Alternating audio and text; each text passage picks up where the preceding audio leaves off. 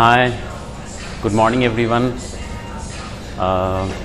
যেহেতু আমি প্রমিস করেছিলাম তোমাদের সাথে যে আমার পুরো ট্রান্সফরমেশন সিরিজটা তোমাদের সাথে শেয়ার করব, সো ফার্স্ট সেশনের যে ডে 1 টু ডে 14 একটা বিগিনিং সেশন ছিল বা ইনিশিয়াল সেশন ছিল যেটা, তো সেটা শেষ হয়েছে আজকে ফ্রম ডে 15 অনওয়ার্ডস।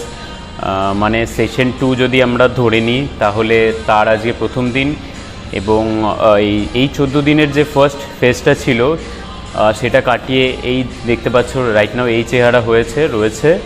হ্যাঁ, কিছুটা ওজন কমেছে। আমি যখন শুরুতে দেখেছিলাম ইট ওয়াজ অ্যারাউন্ড 76 কিলোস, তো সেটা এখন অ্যারাউন্ড 74 কেজিসের মতন আছে। আমি তো মেনটেন করছি অ্যান্ড ফলো করছি ডায়েট চার্ট আমার, যেটা আমি শেয়ার করেছি তোমাদের সাথে। সো আজকে সেশন 2 এর ডে 1-এ আমরা চেস্ট ওয়ার্কআউট দিয়ে শুরু করব। তো চেস্টের যেটা করতেই হবে সেটা হচ্ছে পুশ আপস। আমি জানি অনেকেরই হয় না। আমি আমার আগের সেশনটা আমি যে ওয়ার্কআউটগুলো দেখেছিলাম তার মধ্যে পুশ আপস ছিল। যারা পারে তারা কিভাবে করবে, যারা পারে না তারা কিভাবে করবে, যারা বিগিনার তারা কিভাবে করবে, এবং যারা ফিমেল রয়েছে তারা কিভাবে করবে। তো আই হোপ সেটাতে আস্তে আস্তে কিছুটা হলো স্ট্রেংথ তোমরা গেইন করেছো। অ্যান্ড আর কথা না বাড়ি আমি ডিরেক্ট আজকের ওয়ার্কআউট সেশনে যাচ্ছি। আজকের চেস্ট ডে, তো দেখতে থাকো।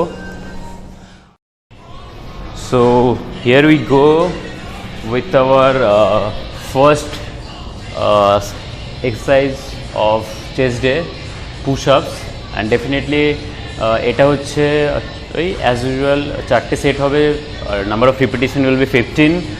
আর ডেফিনেটলি যেহেতু চেস্ট ডে সেই জন্যই বলছি চেষ্টা করবে। আমি এটা জাস্ট থিওরিটিক্যাল একটা বললাম যে 4টে সেট 15টা করে চেষ্টা করবে, মিনিমাম 100 পুশ আপস, অ্যান্ড 200টা করতে পারলে তো বেটার, ভালোই হয় খুব। সো দেখতে থাকো। যেরকম বলেছিলাম সেরকমভাবেই হাত দুটোর মাঝের গ্যাপ আমাদের শোল্ডার ডিস্টেন্সের সমান হবে, বা তার থেকে একটু ওয়াইড নিতে পারো, যেহেতু চেস্ট ডে আমাদের টোগুলো একসাথে থাকবে, জয়েন্ট থাকবে, অ্যান্ড বডিটা সামনের দিকে এগিয়ে, যেরকম বলেছিলাম হাত দুটো 90 ডিগ্রি বেন্ড করে। 1 2 3 4 5 6 7 8 9 10 11 12 13 14 15. So like this.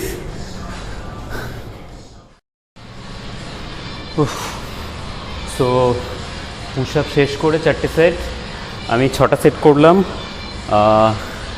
এখন will move on to our next exercise, that is flat bench press. যাদের এরকম জিমে স্মিথ মেশিন আছে তো তারা সেটা অ্যাভেল করতে পারো, আদারওয়াইজ যাদের নেই তারা এমনি নর্মাল একটা ফ্ল্যাট বেঞ্চের মধ্যে ডেফিনেটলি টাওয়ালটা পেতে বার যেটা থাকবে নর্মালি যে অলিম্পিয়া বারগুলো রয়েছে সেগুলোতে ওয়েট চাপিয়ে তোমরা করবে এটা। আর হ্যাঁ, আমি বলে দিই যেহেতু এটা আমার ফার্স্ট সেট, তো চেষ্টা করবে কোনো ওয়েট না লাগিয়ে এটা করার জন্য। ফার্স্ট সেটটা শুধুমাত্র পাম্প যেন ভালো হয় চেস্টে, সেটার জন্য। অ্যান্ড যেরকম বলেছিলাম একদম একইভাবে বারটা নামবে আমাদের নিপেল লাইন বরাবর, আর হাতগুলোর মাঝে ডিস্টেন্সটা অ্যাজ ইউজুয়াল আমাদের শোল্ডার যে ব্লেড বা শোল্ডারের দুটো শোল্ডার মাঝে ডিস্টেন্স সেই বরাবর, লাইক দিস। 1 2 3 4 5 6 7 8 9 10। যেহেতু এটা একদম ফার্স্ট সেট আর এটা ব্লাড সার্কুলেশনটা খুব ভালো করে বাড়াবে, অ্যান্ড চেস্ট মাসেল গ্রুপগুলোকে বেসিক্যালি পেক্টোরালিস যে মাসেলসগুলো রয়েছে মেজর মাইনর সেগুলোকে আমাদের ভালো পাম্প করতে সাহায্য করবে। সো এটার নাম্বার অফ রিপিটিশন যতটা তোমরা পারবে 25 30 35 40 50 যতটা হবে এই করবে। So first set warm up set হয়ে যাওয়ার পর আমরা ওয়েট লাগিয়ে শুরু করব বাকি রেস্ট অফ দ্য 3 সেটস বা 4টে সেট, যে টোটাল নাম্বার অফ সেটস 4টে হলেই হবে।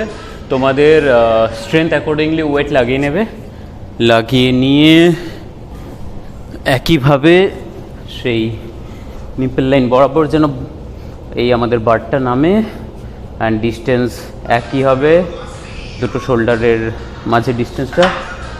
And here you go like this, 1 2 3 4 5 6 7 8 9 10 11 12 13 14 15 like this, 4টে set, number of repetition will be 15।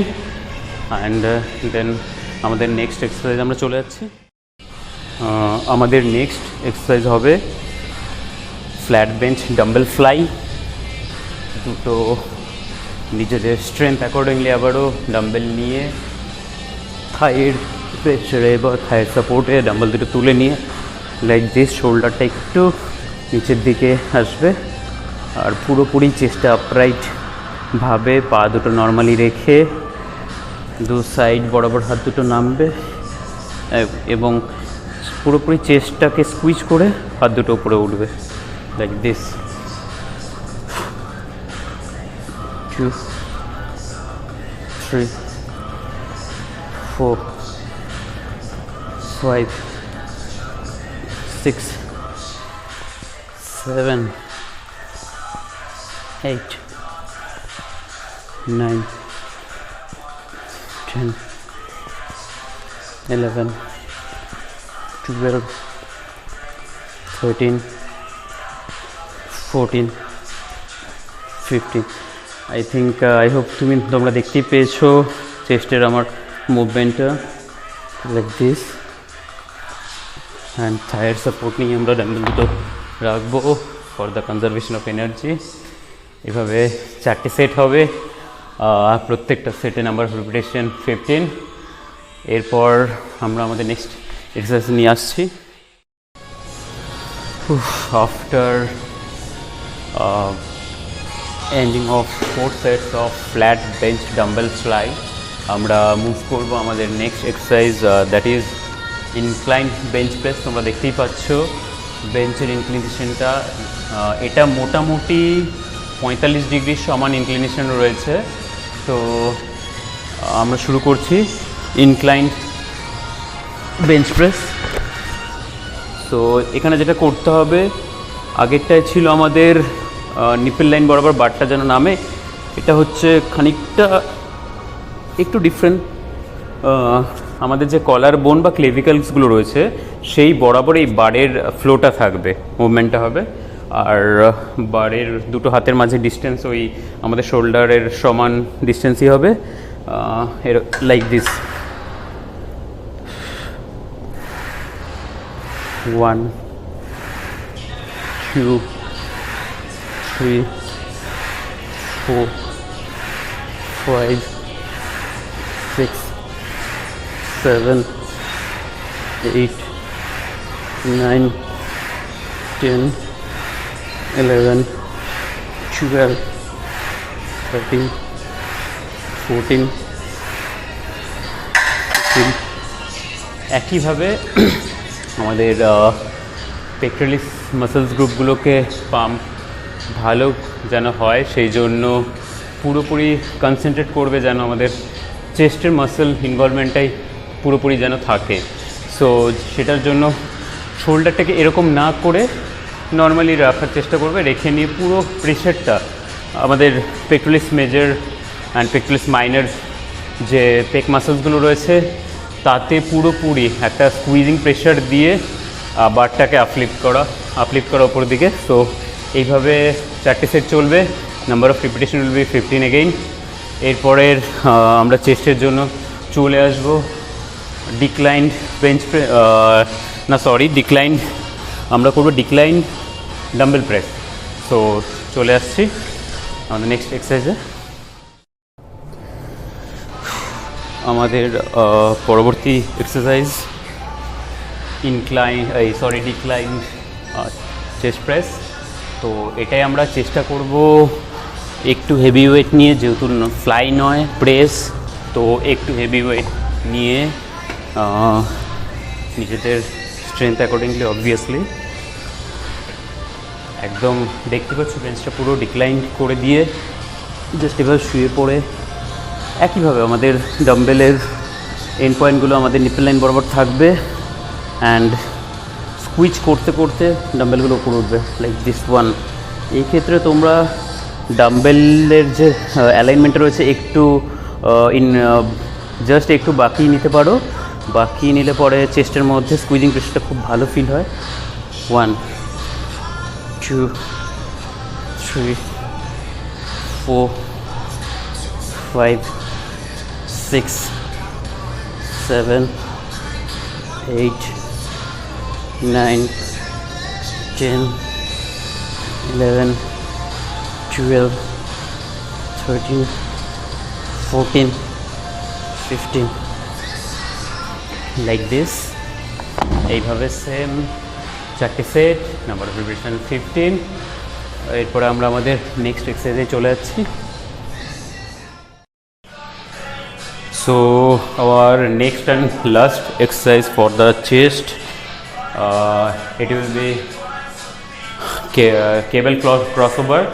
এবার যাদের জিমে এই সুবিধাটি নেই তারা তার পরিবর্তে পুশ আপস করে নিও অনেক বেশি করে, আর যাদের রয়েছে তাদের জন্য বলছি এটার হাইটটা অনেকে জিজ্ঞেস করে যে কোথায় দাদা করব বা কোথায় এটা লাগালে ভালো হবে।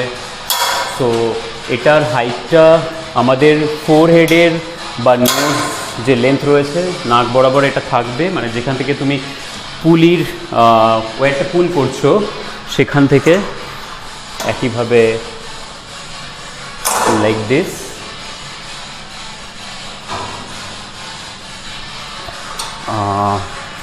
One more like this, and definitely first set কম ওয়েট দিয়ে করবে, তারপর অ্যাকর্ডিংলি নেক্সট 3টে সেট একটু বেশি ওয়েট নিয়ে বা যতটা তোমাদের সম্ভব। আমি দেখিয়ে দিচ্ছি কীভাবে। শরীরটা সামনের দিকে এগিয়ে দেবে, এগিয়ে দিয়ে আমার হাতের পজিশন দেখো, এই জাস্ট নর্মালি রাখবে, রেখে চেস্টটাকে স্কুইচ করে চেস্টের প্রেশারে পুরো পুলি থেকে টানবে এই কেবেলগুলো লাইক দিস। চেস্টের দিকে মুভমেন্টটা যদি লক্ষ্য করে দেখতে পাচ্ছি চেস্টটা ভালো স্কুইজ হচ্ছে। 2 3 4 5 6 7 8 9 10 11 12 13 14 15। এই করে একটু ওয়েট বাড়িয়ে 4টে সেট হবে, প্রত্যেকটা সেটে নাম্বার অফ রিপিটিশন 15। আর এর মধ্যে দিয়ে আমাদের সেশন 2 এর ডে 1 দ্যাট ইজ চেস্ট ডের এক্সারসাইজ শেষ হচ্ছে। নেক্সট কালকে থাকবে ব্যাক ডে, তারপরে আমরা আর্মসে একটু ফোকাস করব, দেন আর্মসের পর থাকবে হচ্ছে shoulder day, lastly leg day. Definitely আমার খুব ফেভারিট। অনেকেই ভয় পায় বা করতে চাও না তোমরা, বেশিরভাগ করে ফোকাস করো আর্মস ডে, বাইসেপ ট্রাইসেপস এগুলোর ওপর, বাট ওটাও করা উচিত। আর হ্যাঁ, অ্যাবস অবশ্যই আমরা করব। অ্যাবসের ওয়ার্কআউট আমার ভালো লাগে অ্যান্ড প্রেফারও করি, কারণ ওই পরে ঝরিয়ে নেবো সেই ব্যাপারটা থাকে না। তো যেদিন একটু লাইটার এক্সারসাইজ রয়েছে লাইক আমাদের আর্মসের দিন, বাইসেপ ট্রাইসেপসের দিন আমরা একটু অ্যাবস অ্যাড করে নেবো, তার সাথে অন্য যেদিন পসিবল হবে। তো এই যে রুটিনটা, মানে আজকে থেকে যদি আমরা চেস্ট ডে ধরি, কালকে আবার ব্যাক ডে, পরের দিন আর্মস, পরের দিন শোল্ডার, লেগস, এইটাই 4টে সপ্তাহ রিপিট হবে। তো এই ডে 14 থেকে plus 30 days, that is almost up to 43 days অবধি আমাদের এই এক্সারসাইজগুলো চলবে। এবং তোমরা একটা রুটিন করে নেবে, যদি সোমবার চেস্ট করো পরের দিন ব্যাক, এই করে করে করবে, মাঝে একটা রেস্ট ডে আসবে, এভাবে 1 মাস চলবে। চলার পর যে স্ট্রাকচারটা আমরা পাবো নিজেদের ফিজিক্যালি, সো তারপরে আবার নতুন নতুন কিছু এক্সারসাইজ আমি অ্যাড করব বা ডিফারেন্ট ওয়েতে করব, আরও ভালোভাবে ট্রেন করার জন্য নিজেদের। এটা যেহেতু একটা ইনিশিয়াল ফেজ শেষ হলো, সো আপকামিং 1 মাস এভাবেই চলবে। সো আমার সাথে থাকো, দেখতে থাকো, আমাকে ফলো করো, সাবস্ক্রাইব করো, অনেক লাইকস, অবভিয়াসলি কমেন্ট করো। আর হ্যাঁ, ডেফিনেটলি আমার এই চ্যানেলটা পুরোপুরি ফিটনেসের ওপরই, যেহেতু সেই জন্য আমি আমার আদার্স কিছু এখানে ইনক্লুড করছি না, তবু ইচ্ছে আছে একটু ছোটো ছোটো অন্য কিছু ব্লগ বানানোর জন্য, লাইক আমার লাইফস্টাইল কীরকম, ডে কীরকম যাচ্ছে, একদিন ইন্টারাকশন উইথ দ্য পেশেন্টস, তো এগুলো সবগুলোই থাকবে। আমার হাসপাতালের ট্যুর একদিন, তার সাথে যেটা থাকবে কিছু কিছু মেডিকেল টিপস, লাইক অনেকে সিনিয়র আমাকে পার্সোনালি টেক্সট করেছেন যে একটু ডায়াবেটিস মেলাইটিস সম্বন্ধে বলতে, হাইপার টেনশন নিয়ে বলতে, যেহেতু এই দুটো very much common in our society. তো ডেফিনেটলি ওই দুটো রাখবো তাদের কথা মতন।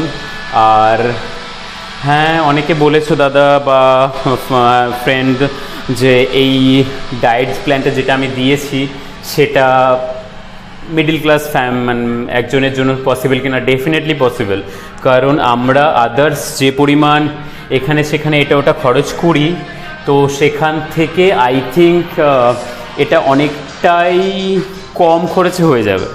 হ্যাঁ, ডেফিনেটলি কিছু কিছু জিনিস আমাদের স্যাক্রিফাইস করতে হবে, হয়তো তোমার যে লাইফস্টাইল যেটা অনেক বেশি ডিলাইটফুল ছিল, যে ক্লাব পার্টিজ রেস্টুরেন্টস বগেরা এগুলো ছিল সাথে, সেগুলো কাট ডাউন করতে হবে এবং নিজের জন্য কিছুটা খরচ বাড়াতে হবে, এক্সপেন্সটা বাড়াতে হবে। অ্যান্ড হ্যাঁ, ডেফিনেটলি এই ডায়েট ফলো করো। আমি আবার নেক্সট মান্থে যখন নতুন নিউ ওয়ার্কআউটসগুলো দেখাবো, তখন আবার একটা নতুন ডায়েট চার্ট আমি দেবো, যেটাতে আরও রিডিউস হবে, আরও মাসেল বাল্ক হবে, ফ্যাট ঝরবে। তো সাথে থাকো অ্যান্ড প্লিজ অবশ্যই কমেন্ট করবে, তোমাদের কমেন্টসগুলোই আমাকে আরও উৎসাহিত করছেও, অ্যান্ড এই নতুন নতুন ভিডিওসগুলো আমি আপলোড করতে আরও উৎসাহিত হব এত হেকটিক স্কেডিউলের পরেও। কারণ ডেফিনেটলি যেহেতু প্রফেশনালি ডক্টর, সো খুব কম টাইম পাই নিজের ফিটনেসের দিকে নজর দেওয়ার জন্য, বাট যতটুকু পাই আমি চেষ্টা করি টোটালি ফোকাস করার এটাতেই। সো সাথে থাকো, দেখতে থাকো, অনেক ভালোবাসা দাও, আমার থেকে অনেক ভালোবাসা নাও। Thank you, bye today.